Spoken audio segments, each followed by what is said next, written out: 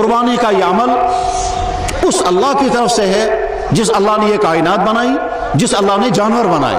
جانور اللہ کے پیدا کیے ہوئے ہیں، اسی اللہ نے ہم کو جانوروں کا مالک بنایا، اسی اللہ نے جانوروں کے بعض جانوروں کے متعلق فرمایا ان کا گوشت تم استعمال کرو، بعض جانوروں کے بارے میں فرمایا کہ ان کو تم سواری میں استعمال کرو۔ چنانچہ قرآن کریم میں اللہ تعالیٰ شان و فرماتے ہیں میں نے یہ جانور تمہارے لیے پیدا فرمایا، بعض جانوروں کو تم کھاتے ہو اور بعض جانوروں سے تم سواریوں کا کام لیتے ہو۔ جیسے اونٹ سواری کا کام بھی دیتا ہے اور اس کا گوشت کھایا بھی جاتا ہے، اسی طرح سے گھوڑا اور گدھا یا کھچر سواری کا کام دیتا ہے مگر اس کا گوشت نہیں کھایا جاتا ہے۔ قرآن میں اللہ تعالیٰ فرماتے ہیں والخیل والبغال والحمیر لترکبوها وزینہ، اور یہ گھوڑے اور گدھے اور کھچر یہ تمہاری سواری کے جانور ہیں۔ جو جانور اللہ جل شانہ نے حلال بنائے ہیں ان کو دنیا کی کوئی طاقت حرام نہیں کر سکتی، حتیٰ کہ خود مسلمان اگر حرام کرنے کا فیصلہ کریں گے تو نہیں کر سکتے۔ ہماری کشمیر کی مظلومانہ تاریخ بڑی بھیانک تاریخ ہے۔ جب انگریزوں نے اس پر قبضہ کیا اور سکھوں کے ظالمانہ پنجوں سے نکال کر کے بعد میں ڈوگروں کے ہاتھ میں کشمیر کو فروخت کیا گیا، تو ان ڈوگروں نے طرح طرح کے ظالمانہ قوانین میں سے ایک قانون یہ بھی بنایا تھا کہ یہاں اگر کوئی مسلمان گائے یا بیل یا بھینس یا بچڑا ان کو ذبح کرے گا تو پہلے تو سزا ہوتی تھی اس کے سزائے موت، اور بعد میں اس سزا کے اندر تخفیف کی گئی اور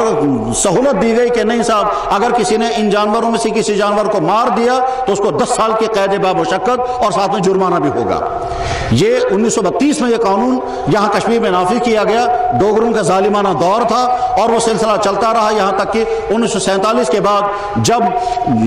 بر صغیر 2 حصوں میں تقسیم ہو گیا، اور تو 2 حصوں میں تقسیم ہونے کے بعد پھر کشمیر کا معاملہ جو ہے وہ الجھ گیا، اور الجھنے کے بعد پھر آج تک وہ الجھا ہوا ہے۔ لیکن وہ ظالمانہ ڈوگروں کا قانون چونکہ برقرار رہا، اور یہاں کے ان تمام لوگوں نے جو اسمبلیوں میں پہنچے انہوں نے اس قانون کو چینج کرنے کی طرف توجہ بھی نہیں کی، یہاں تک کہ اب نوبت وہاں تک آ گئی کہ کورٹ نے یہاں فیصلہ کر دیا کہ جو قانون پہلے سے موجود ہے اس قانون کو جبراً نافذ کیا جائے، اور نافذ کرنے کے بعد پھر جو صورتحال ہے وہ ہم سب کے سامنے ہے۔ اس سلسلے میں اسلام کا پہلا حکم کہ اسلام ایک طرف سے رواداری کا مذہب ہے۔ رواداری کا مطلب ہے کہ وہ دوسرے مذہب میں مداخلت نہیں کرتا۔ چنانچہ مسلمان یہ نہیں کہہ سکتے ہیں، یہ نہیں کہتے ہیں کہ گائے اور اونٹ، گائے بیل بھینس ان جانوروں کی قربانی جائز اور ان کا کھانا حلال۔ ہم غیر مسلموں سے مطالبہ نہیں کریں گے کہ صاحب تم بھی ان کا گوشت کھاؤ، کیونکہ یہ تو جانور ہیں اور جانور اللہ نے انسانوں کے پیدا کیے ہیں۔ اگر جانوروں کا کھانا جرم ہے تو سبزیوں کا کھانا کیسے کہ صحیح ہو جائے گا؟ آج تو سائنسی دور ہے، اس سائنسی دور نے تو جیسے جانوروں کی زندگی کو ثابت کیا ویسے ہی سبزیوں کے اندر بھی جان ہے اور سبزیوں کے اندر بھی حص ہے، اور وہ اسی طرح سے ان کے اندر بھی میل فیمیل کا سسٹم چلتا ہے، اسی طرح سے وہ بھی فیلنگ، ان کے اندر بھی فیلنگ ہے، ان کے اندر بھی احساسات ہیں۔ تو اگر جانور کھانا جرم ہے تو پھر ان سبزیاں کھانا کیسے درست ہو جائے گا؟ اور اس سے زیادہ احمقانہ سوچ تو کوئی بھی نہیں ہو سکتی ہے کہ جانوروں میں سے ایک جانور تو کوئی ہے یہ تو خدا ہے اور باقی سارے جانور جو ہیں وہ خدا نہیں، وہ جانور ہیں، حالانکہ اس جانور اور جانور میں کوئی فرق نہیں ہے۔ بہرحال اسلام یہ تو نہیں کہے گا کہ جس چیز کو ہم حلال سمجھتے ہیں دنیا کے قومیں اس کو حلال سمجھیں، لیکن دوسرے مذہبوں کے بارے میں بھی اسلام یہی کہتا ہے کہ آپ اپنی رائے ہم پر نہیں تھوپ سکتے ہیں۔ آج کا زمانہ کہا جاتا ہے مذہبی آزادی کا زمانہ ہے۔ اس مذہبی آزادی میں کوئی یہ کہے گا کہ صاحب آپ ہمارے مذہب کی پابندی کر کے کہ جو چیز ہم جرم قرار دیتے ہیں وہ آپ بھی جرم قرار دیتے ہیں، یقیناً یہ مذہبی جرم ہے۔ اس لیے اسلام نے جن جانوروں کی قربانی کو حلال قرار دیا وہ حلال ہی ہیں، چاہے کسی ملک کی حکومتیں، چاہے کسی ملک کے کورٹ، چاہے کسی ملک کی میجارٹی، چاہے کسی ملک کی کوئی کمیونٹی اس کو جرم سمجھتی ہو، وہ ان کے اپنے مذہب کے مطابق جرم ہو سکتا ہے۔ اسلام اور مسلمانوں کے لیے وہ نہ قانون نافذ ہو سکتا ہے اور نہ مسلمان اسلامی اصولوں کے مطابق اس قانون کو ماننے پر مجبور ہے۔ ہونا یہ چاہیے تھا کہ وہ ظالمانہ قانون بدل دیا جاتا، مگر اب اس ظالمانہ قانون پر مسلمانوں کو جبراً نافذ کرنے کی کوششیں ہو رہی ہیں، اور آگے چل کر حالات کیا بننے والے ہیں اس کا اندازہ مشکل ہے۔ لیکن ایک بات تمام مسلمان ذہن میں رکھ لیں، وہ یہ کہ جب کسی جگہ کے مسلمان اپنے دین پر عمل کرنے میں سستیاں کرتے ہیں تو بعد میں اللہ جل شانہ ایسے لوگوں کو مسلط کرتے ہیں جو ان کے حلال چیزوں کو حرام اور ان کے حرام چیزوں کو ہم پر لازم کر دیتے ہیں۔ چنانچہ اس وقت صورتحال یہ ہے کہ شراب کو عام سے عام کرنے کی مہم چل رہی ہے اور حلال چیزوں کو بین کرنے کی مہم چل رہی ہے۔ جو چیزیں بین ہونی چاہیے اس کو پھیلا رہے ہیں، ناچ گانا پھیلا رہے ہیں، آوارگی کو عام کر رہے ہیں، شراب کو عام کر رہے ہیں، اور جو چیزیں اللہ نے انسانوں کے لیے پیدا فرمائی ہیں ان کو حرام کر رہے ہیں یا ان کو ممنوع کر رہے ہیں۔ قرآن اعلان کرتا ہے یہ جانور میں نے تمہارے لیے پیدا فرمایا، تم کو استعمال کرو، ان کو کھانے کے جانوروں کو کھاؤ، اور پینے کے جو تمہیں دودھ مہیا کرتے ہیں ان کا ایک دفعہ ایک غیر مسلم سے میں نے سوال کیا، میں نے کہا آپ کہتے ہیں گائے کا گوشت حرام ہے، میں آپ سے پوچھتا ہوں گائے کا دودھ کیسے حلال ہو گیا؟ کیا آپ گائے سے پرمیشن لیتے ہیں کہ صاحب آپ ہمیں دودھ دے دیجئے؟ اس کے بچے کے آپ مالک کیسے بن جاتے ہیں جبکہ آپ نے اس سے کوئی پرمیشن نہیں لیا؟ اور عجیب بات یہ ہے کہ خود ہندوؤں کی مذہبی کتابوں میں گائے کو ذبح کرنے، بیل کو ذبح کرنے، ان کے گوشت کھانے کے خوب تذکرے موجود ہیں، چونکہ رگ وید کے اندر بھی، اتھر وید کے اندر بھی، یجروید کے اندر بھی، اور منو سمرتھی کے اندر بھی، یعنی ان کی جتنی مذہبی کتابیں ہیں وہ قرآن ہوں یا ویدیں ہوں، ان کے اندر گائے اور بیل کے گوشت کے کھانے کا تذکرہ ہے، اور بڑے شوق کے ساتھ گائے کا گوشت دوسرے کو کھلانے کا تذکرہ ہے، اور فخر کے ساتھ دوسروں کو دعوتیں کرنے کا تذکرہ ان کے شلوکوں میں موجود ہے۔ شلوک ان کے ہاں کہا جاتا ہے اس کو جس کو ہم قرآن کریم میں کہتے ہیں آیتیں۔ تو بہرحال ان کا مذہب کس طرح کا ہے یہ تو وہ لوگ سمجھ سکتے ہیں اپنے لیے، جو پتھروں کو خدا مانے، جو گائے کے پیشاب کو پوتر مانے، ان کا راستہ الگ ہے۔ لیکن اسلام نے جن جانوروں کے گوشت کو حلال کیا وہ حلال رہیں گے۔ ظالمانہ جابرانہ قانون کی بنا پر حلال چیز حرام نہیں بن سکتی ہے۔ اب یہاں کے مسلمانوں پر لازم ہے جو جس طبقے کا ہے کہ وہ اس ظالمانہ قانون کو ختم کرنے کے لیے جو ضروری اقدامات ہوں اور جو قانونی راستے ہوں وہ قانونی راستے مہیا کریں۔ یاد رکھنا چاہیے یہ چیز احتجاج سے ختم ہونے والی نہیں ہے جب تک باقاعدہ اسمبلی کے اندر قانون سازی نہ ہو اور اس ظالمانہ قانون کو، اس فرسودہ قانون کو ختم نہ کیا جائے تب تک یہ سلسلہ رکنے والا نہیں ہے۔ میرے بھائیوں،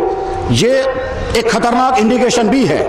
کہ جیسے آج حلال جانور کو بین کر دیا گیا، کوئی بعید نہیں ہے ایسے ظالموں سے کل کو یہ کہیں گے کہ قرآن کو بھی بین کر دینی چاہیے، کیونکہ قرآن میں بتوں کی مذمت کی گئی ہے، قرآن میں شرک کی مذمت کی گئی ہے، چونکہ وہ مشرک قوم ہے، چونکہ وہ پتھروں کے سامنے جھکنے والے ہیں۔ کل کو اگر وہ یہ کہیں گے کہ صاحب قرآن کو بھی بین کر دینی چاہیے یا قرآن کی ان آیتوں کو بین کر دینا چاہیے جن آیتوں میں ہمارے مذہب کے خلاف ہیں، جیسے دنیا میں بہت سارے یہودی اور نصرانی کھل کر کے کہتے ہیں کہ قرآن تب ہم ایکسیپٹ کریں گے جب یہودی اور نصرانیوں کے متعلق جو آیتیں اس میں موجود ہیں وہ آیتیں نکال دی جائیں۔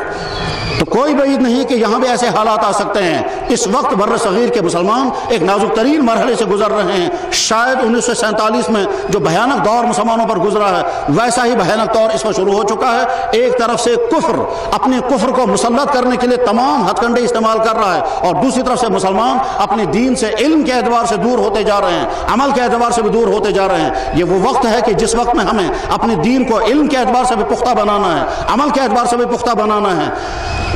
بلکہ ہمارے بزرگ تو کہتے ہیں کہ یہ وہ مرحلہ ہے کہ جہاں مستحبات پر بھی مسلمان عمل کرنے چاہیے، کہ جب ایک طرف سے کچھ طاقتیں مسلمانوں سے ان کا دین چھیننے کی کوشش کر رہی ہیں، ان کو مشرکانہ ماحول میں رنگنے کی کوشش کر رہی ہیں، ان کا تعلیمی نظام، ان کا اقتصادی نظام، ان کا معاشرتی نظام، ان کا گھریلو نظام سارا درہم برہم کرنا ہے، یکساں سول کوڈ نافذ کرنے کے پلان بن رہے ہیں۔ یکساں سول کوڈ نافذ کرنے کے معنی کیا ہیں کہ مسلمان اور کافر آپس میں نکاح کرنے لگیں گے، نکاح کا وہ سارا نظام جو اسلام نے طے کیا اس کو ریجیکٹ کر دیں گے اور اس کے بعد پھر اپنا بنایا ہوا قانون مسلمانوں پر نافذ کریں گے۔ تو یکساں سول کوڈ نافذ کرنے کی تیاریاں ہیں، دین کے اہم ترین احکام، بلکہ پلان یہاں تک ہیں کہ مسجدوں کی تعمیر کرنے پر بھی بیان لگا دی جائے گی اور مسجدوں کے مینارے ختم کر دیے جائیں گے، کلمہ طیبہ تک کی بیان ہو سکتی ہے۔ اس لیے مسلمان ایک بھیانک مستقبل کا مقابلہ کرنے کے لیے ذہناً تیار رہیں۔ ایسا ہو سکتا ہے کہ ایسے حالات آ جائیں کہ اپنی اسلام پر باقی رہنے کے لیے جانوں کی قربانیاں دینی پڑیں گی، یا اسلام چھوڑنا ہوگا تو جانیں بچیں گی، اور اگر اسلام پر جمنا ہوگا تو جانوں کی قربانیاں دینی پڑ سکتی ہیں۔ ایسے حالات آ سکتے ہیں کیونکہ جب آج ایک حلال چیز کو حرام کر دیا گیا، اور بہت بڑا المیہ یہ ہے کہ اس طرح کے قوانین کو نافذ کرنے کے لیے خود مسلمان استعمال ہوتے ہیں۔ چونکہ آج یہ تہجد کی نماز کے وقت کسی صاحب نے مجھے فون پر بتایا کہ ہم نے جانور ذبح کرنے کے قربانی کرنے کے لیے لایا تھا، رات میں پولیس آ گئی، ان آدمیوں کو بھی گرفتار کر کے لے گئی اور اس جانور کو بھی اٹھا کر کے لے گئے۔ اب ان کے گھر کی عورتیں پوچھ رہی تھی کہ اب ہم کیا کریں گے، کیا ہمارے قربانی کا حکم ابھی باقی ہے یا نہیں؟ تو مسلمان استعمال ہو جاتے ہیں اس طرح کے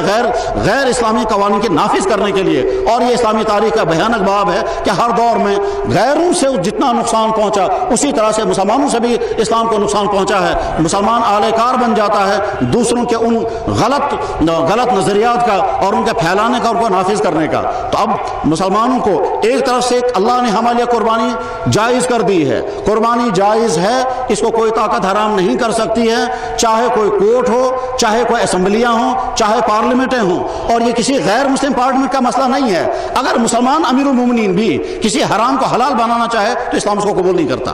یعنی اگر اسلامی مملکت وجود میں آئے اور خلیفۃ المسلمین ہو اور وہ خلیفۃ المسلمین کسی حلال کو حرام یا حرام کو حلال کرنا چاہے گا تو اسلام اس کو رد کر دیتا ہے۔ جناب رسول اکرم صلی اللہ علیہ وسلم نے اعلان فرمایا لا طاعت لمخلوق فی معصیۃ الخالق، جس چیز میں اللہ کی نافرمانی ہوتی ہو اس چیز میں کسی انسان کی فرمانبرداری نہیں ہو سکتی ہے۔ مسلمان اپنے باپ کی بات نہیں مانے گا اگر باپ اسلام کے خلاف کوئی بات کہہ رہا ہو، مسلمان اپنے پیر کی بات نہیں مانے گا اگر اس کا پیر اسلام کے خلاف کوئی حکم دے، مسلمان اپنے استاد کی بات نہیں مانے گا اگر استاد اس کو اسلام کے خلاف کوئی حکم دیتا ہو۔ ٹھیک اسی طرح سے مسلمان کسی حکمراں کی بات نہیں مانے گا اگر وہ اسلام کے خلاف حکم دیا جا رہا ہے۔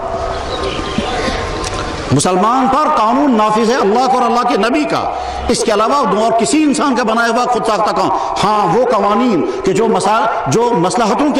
کے قبیل سے ہوں، جس سے انسانوں کی سماج کو نفع ہوتا ہو، اس کو اسلام قبول کرتا ہے کہ ہاں صاحب جس سے انسانوں کی سماج میں بہتری آئے، جس سے انسانوں کے مذہب میں مداخلت نہ ہو، اس قانون کو ماننے میں کوئی مذاکرہ نہیں ہے، چاہے وہ غیر مسلم کیوں قانون نہ بنائے، اس قانون کے ماننے میں کوئی مذاکرہ نہیں۔ لیکن وہ قانون جو حلال کو حرام بنائے اور حرام کو حلال بنائے وہ قانون اس مسلمان پر لازم نہیں ہوتا، اور اگر کوئی جبرن نافذ کرنے کی کوشش کرتا ہے تو وہ ظلم ہوگا، اور اس پر اب مسلمانوں کو فیصلہ کرنا ہے کہ ہم اس ظلم کے خلاف ڈٹیں گے، یہ ظلم کو مٹانے کی کوشش کریں گے یا اپنی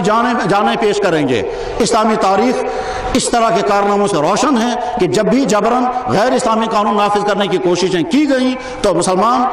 کمزور ایمان والے تو فوراً ان کے سامنے سرنڈر کرتے تھے، لیکن مضبوط ایمان والے کبھی سرنڈر نہیں کرتے تھے۔